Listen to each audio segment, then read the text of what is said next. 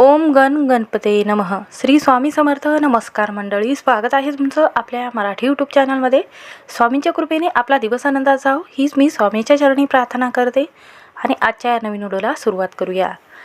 तर सोमवारी आलेली जी सोमवती अमावस्या आहे, या सोमवती अमावस्येचं महत्त्व आणि महात्म्य वेगवेगळं आहे. कारण प्रत्येक महिन्यामध्ये अमावस्या येते, पण अमावस्येचं महत्त्व आणि संपूर्ण माहिती वेगवेगळी राहते. तर आपल्या पितरांची या दिवशी पूजा केली जाते. तर आपल्या धर्मग्रंथामध्ये या दिवसाला अनन्यसाधारण असं महत्त्व दिलं गेलेलं आहे. प्रत्येक महिन्यात जर आपल्याला काही कामं करणे शक्य होत नसेल, तर या महिन्यामध्ये ही जी अमावस्या आलेली आहे, या दिवशी आवर्जून हा उपाय आपल्याला करायचा असतो. सोमवती अमावस्या ही भगवान शिव आणि माता पार्वती यांना समर्पित केली जाते.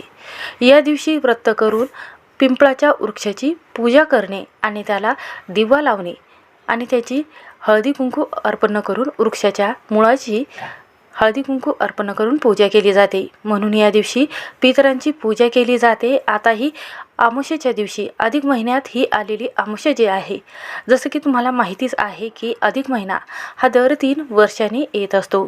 तर आपल्या हिंदू धर्मामध्ये दर 3 वर्षांनी येणाऱ्या अधिक मासाला खूप महत्त्व आहे. या महिन्यामध्ये जी अमावस्या येते ती सुद्धा दर 3 वर्षांनी आपल्याला पाहायला मिळत असते. म्हणून अधिक महिन्यात येणाऱ्या या अमावस्येला खूप पवित्र म्हटलं जातं. पितरांचे तर्पण करण्यासाठी आणि पवित्र गंगेमध्ये स्नान करण्यासाठी आणि ज्या मासे आहे तर त्यांना 33 अनारचे अर्पण करण्यासाठी हा दिवस खूप शुभ मानला जातो. नदी ठिकाणी जाऊन दिवा लावल्याना सुद्धा महत्त्व दिलं जातं. अधिक मास हा भगवान विष्णूचा आवडता महिना आहे आणि या अमावस्येला श्रीहरी विष्णू आणि शिव यांची पूजा केली जाते, ज्यामुळे कुंडलीतील सर्व दोष आणि त्रास दूर होतात. जन्म मरण्याच्या फेऱ्यातून आपल्याला मुक्तताही मिळत असते. म्हणूनच असं म्हटलं जाते की अनेक महिला आहेत तर वृक्षाची जी आहे, वडाच्या वृक्षाची, पिंपळाच्या वृक्षाची प्रदक्षिणा करत असतात.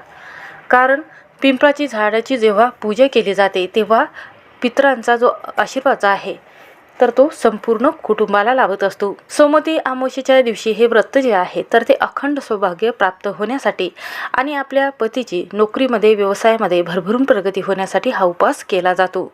म्हणून या दिवशी कमीत कमी घरातील स्त्रियांनी हा व्रत जो आहे तर ते नित्यनेमाने करायचं आहे. तर पिंपळाच्या झाडाची पूजा करायची आहे. धार्मिक दृष्टिकोनातून हा अधिक महिना जो आहे तर तो खूप शुभ आहे. या दिवशी अमावस्या आल्याने या तिथीचं महत्त्व आणखीनच वाढलेलं आहे. कारण या दिवशी अधिक महिन्याची समाप्ती होणार आहे.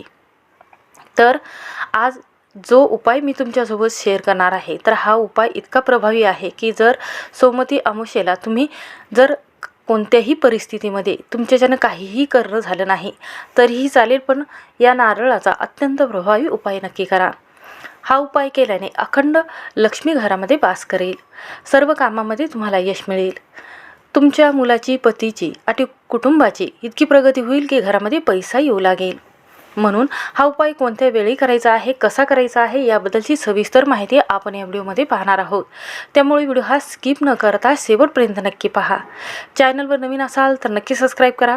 कमेंटमध्ये ओम नमः शिवाय हा मंत्र लिहायला विसरू नका आणि बेल आयकॉनला नक्की प्रेस करा, म्हणजे मी जेव्हा नवीन व्हिडिओ अपलोड करेन त्याचं नोटिफिकेशन सर्वात अगोदर तुम्हाला भेटेल आणि तुम्ही एक पण व्हिडिओ मिस करणार नाही.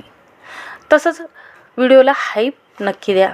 तर पहा, जेव्हा सोमवारी ही अमावस्या येते तेव्हा भगवान शिवांची पूजा केली जाते.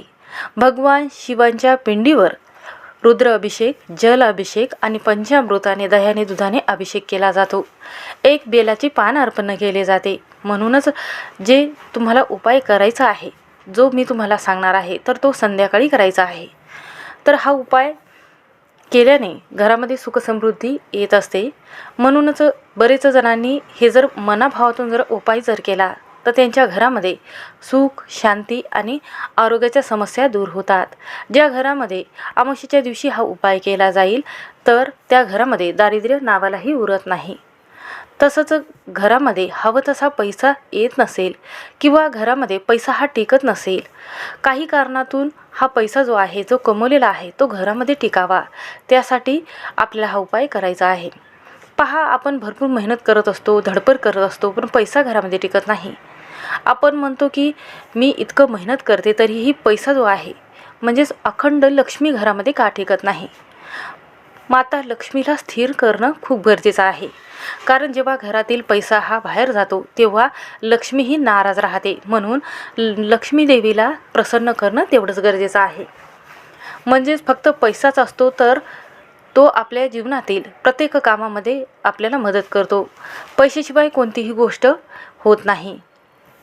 म्हणून घरामध्ये एक प्रकारची सुख, शांती आणि आनंद खूप महत्त्वाचा आहे. खरं तर लक्ष्मी घरामध्ये जर नांदली तर घरामध्ये वातावरण जे आहे ते शांत राहते. घरात वादविवाद होत नाही. पती पत्नीमध्ये एकोपा तयार होतो. तेव्हा समजायचं आहे की घरामध्ये लक्ष्मीचं वातावरण, असं समजायचं आहे की लक्ष्मी देवीचा वास आपल्या घरामध्ये आहे. घरातील वातावरण हे लक्ष्मी टिकून ठेवण्यासारखं अनुकूल असणं सुद्धा खूप महत्त्वाचं आहे. यासाठीच आपल्याला सोमवती अमावस्येच्या दिवशी हा नारळाचा उपाय जो आहे तर तो संध्याकाळी करायचा आहे.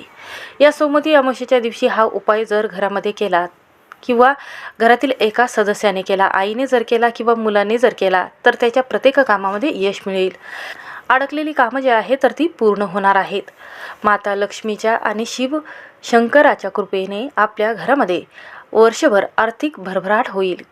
पुढील 33 वर्ष धन, धान्य, संपत्ती, ऐश्वर्य, पैसा कधीच कमी पडणार नाही.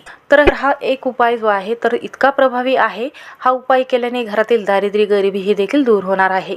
कारण पहा, शंकराचे त्रिनेत्र आहेत.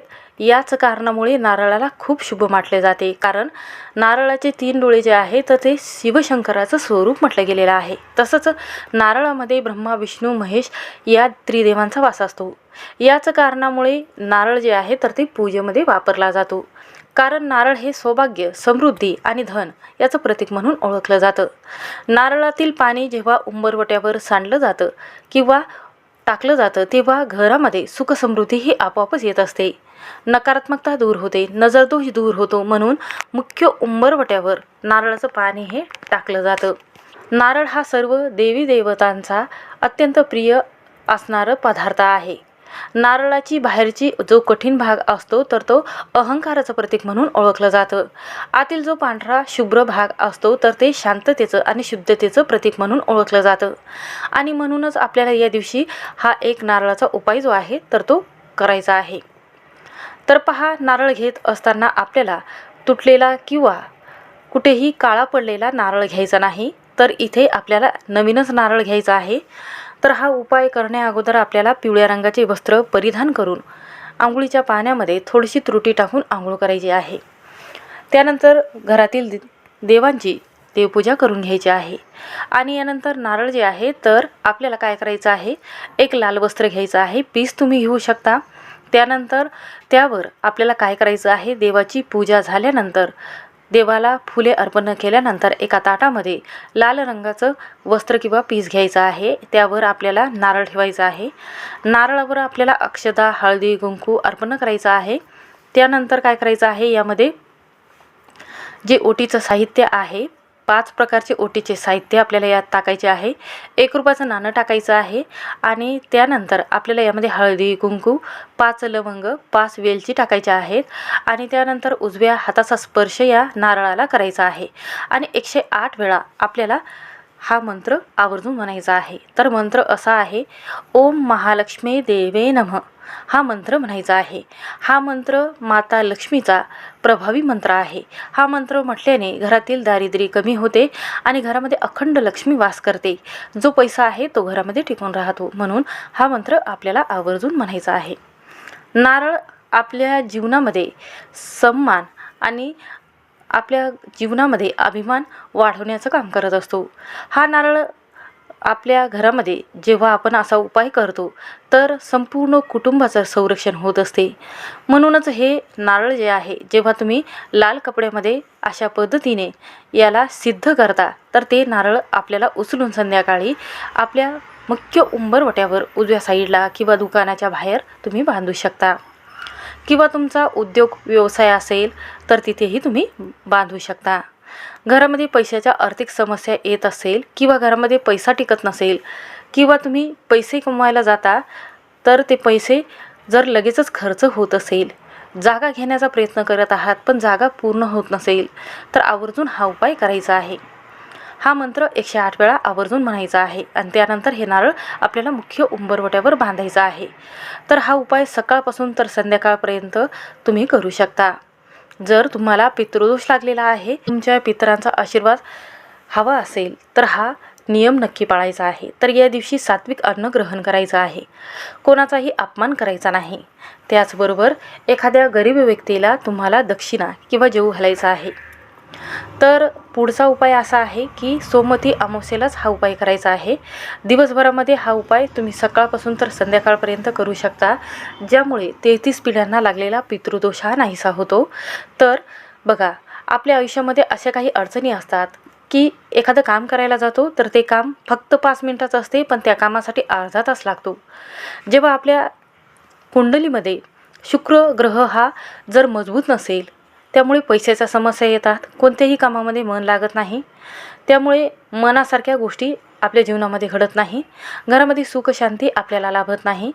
पितृ पक्षाचे आपण जेव्हा तर्पण विधी किंवा पूजा करत नाही किंवा आपण एखाद्या स्तोत्राचं पठण करत नाही, तोपर्यंत आपल्या ह्या इच्छा ज्या आहेत त्या अपूर्णच राहतात आणि प्रत्येक कामामध्ये संकट येतात, विघ्न येतात, ती काम पूर्ण होत नाही. म्हणून या दिवशी आपल्याला कितीही काम असेल तरीही आपल्याला आपल्या पितरांची सेवा करायची आहे आणि पितृतर्पण या दिवशी आवर्जून करायचं आहे. दक्षिण दिशेला उभं राहून ओम पितृदेवताय नमः हा मंत्र आवर्जून म्हणायचा आहे. तर या दिवशी जर तुम्हाला आवर्जून स्वामी केंद्रामध्ये जाणं झालं तर आवर्जून जायचं आहे आणि स्वामींना आपल्याला 11 किंवा 21 अशा पद्धतीने केळी अर्पण करायची आहेत. जेव्हा तुम्ही केळी अर्पण करता तेव्हा तुमचे पूर्वज जे आहेत तर ते प्रसन्न होतात. सर्व देवी देवताचा आशीर्वाद जो आहे तर तो आपल्याला प्राप्त होतो. तर एक वेळ तुम्ही देवताची सेवा नाही केली तरीही चालेल, पण पितरांची सेवा अवश्य करावी. कारण असं म्हटलं जातं की जेव्हा तुम्ही कुलदेवतेची सेवा करता तेव्हा आपल्या पितरांचीही सेवा केली पाहिजे, तेव्हाच आपल्याला संपूर्ण फळ जे आहे तर ते मिळत असते. सोमवती अमावस्येच्या दिवशी एक नारळ घ्यायचा आहे आणि तुमच्या डोक्यावरून 7 वेळा उतरून घ्यायचा आहे. उतरण्या अगोदर आपल्याला या नारळावर काही वस्तू टाकायच्या आहेत. थोडेसे चिमूटभर काळे तीळ आणि चिमूटभर मोहरी टाकायची आहे आणि त्यानंतर ओवाळून आपल्याला हनुमानजीच्या किंवा शनिदेवाच्या मंदिरामध्ये जायचं आहे आणि हे नारळ तिथे अर्पण करून यायचं आहे. आणि जे मोहरी घेतलेली आहे आणि जे तीळ घेतलेले आहे तर तिथे दिव्यामध्ये टाकायचे आहे आणि दिवा प्रज्वलित करून आपल्याला हा नारळ शनी मंदिरात अर्पण करायचा आहे किंवा तुम्ही वाहत्या पाण्यामध्ये सोडू शकता. यामुळे पितरांचा आशीर्वाद तर प्राप्त होतोच, पण अडकलेले कामं आणि दुःख जे आहे तर ते कमी होतात. त्याचबरोबर जो तिसरा उपाय आहे तो इतका प्रभावी आहे की आपल्या घरातील संकट, पितृदोष, नकारात्मकता दूर करण्यासाठी हा खूपच प्रभावी उपाय म्हटला जातो. आता पहा, तुम्ही कोणाला पैसे दिलेले असेल, ते अडकलेले पैसे पुन्हा तुम्हाला मिळवायचं असेल तर हा उपाय तुम्हाला करायचा आहे. भरपूर दिवसापासून तुमच्या मनामध्ये एखादी इच्छा आहे, तुम्ही भरपूर धडपड करत आहात, पण तुमची इच्छा जी आहे तर ती पूर्ण होत नसेल. ही पैशाच्या संबंधित असेल, कर्ज कमी करण्यासाठी असेल किंवा एखाद्याला पैसा दिलेला आहे तर तो पैसा परत मिळवण्याकरिता किंवा शारीरिक आणि मानसिक जो त्रास आहे तर तो कमी करण्यासाठी, एखादा शत्रू असेल जो गुपित आहे तर त्या शत्रूचा नायनाट व्हावा किंवा तो शत्रू घरामध्ये येऊन लोटांगण घालावे, त्यासाठी आपल्याला हा उपाय करायचा आहे. तर पहा, हा उपाय करण्यासाठी एक नारळ घ्यायचा आहे. तर नारळामध्ये पाणी असेल असा नारळ घ्यायचा आहे. त्यानंतर आपल्याला काय करायचं आहे, आपल्याला शेंदूर जे आहे तर तो भिजवायचा आहे. त्यामध्ये गंगाजल किंवा पाणी टाकू शकता. त्यानंतर आपल्याला या नारळावर एक त्रिशूल काढायचा आहे, तांब्याच्या ताटामध्ये ठेवायचा आहे. त्यावर आपल्याला काय करायचं आहे, एक त्रुटी ठेवायची आहे. त्यानंतर हे नारळ जे आहे स्वतःवरून आपल्याला डोक्यावरून हे 7 वेळा उतरून घ्यायचं आहे आणि हा नारळ तुम्हाला महादेवाच्या मंदिरामध्ये जाऊन अर्पण करायचा आहे. तर महादेवाच्या पिंडीवर अर्पण करायचं नाही, खाली ठेवायचं आहे. नारळ फोडायचा नाही, फक्त तिथे अर्पण करायचं आहे आणि आपल्या मनातील जी काही इच्छा आहे तर ती भगवान शिव आणि माता पार्वतीला आपल्याला सांगायचे आहे. सोमवती अमावस्या आहे आणि म्हणून आपल्या मनातील इच्छा पूर्ण होण्यासाठी हा उपाय जो आहे तर तो इतका प्रभावी आहे की आपल्या मनातील इच्छा ह्या ताबडतोब पूर्ण होतात. त्या नारळावर आपल्याला एक जे बेलाचं पान आहे तर ते ठेवायचं आहे. त्यानंतर नारळावर आपल्याला शेंदुराने त्रिशूल काढायचा आहे. हा नारळ आपल्या घरातील प्रत्येक व्यक्तीवरून, डोक्यावरून आणि उंबरवट्यावरून उतरून घ्यायचा आहे आणि नंतर वाहत्या पाण्यामध्ये सोडण्या अगोदर आपल्या उंबरवट्यावर फोडायचा आहे. दोन्ही साईडला आपल्याला हे नारळाचे तुकडे ठेवायचे आहे, 2 तुकडे. आणि त्यानंतर संध्याकाळी प्रदोष काळामध्ये आपल्याला हे नारळ जे आहे तर एखाद्या झाडाखाली किंवा एखाद्या नदी ठिकाणी जाऊन अर्पण करायचं आहे. यामुळे घरातील जेवढाही पितृदोष आहे, नकारात्मकता आहे तर ती दूर होत असते. म्हणून हा उपाय जो आहे तर तो इतका प्रभावी आहे. तर यामुळे संकट, विघ्न हे कमी होतात. म्हणून हा उपाय करून पहा, सर्व कामामध्ये तुम्हाला यश नक्कीच मिळेल.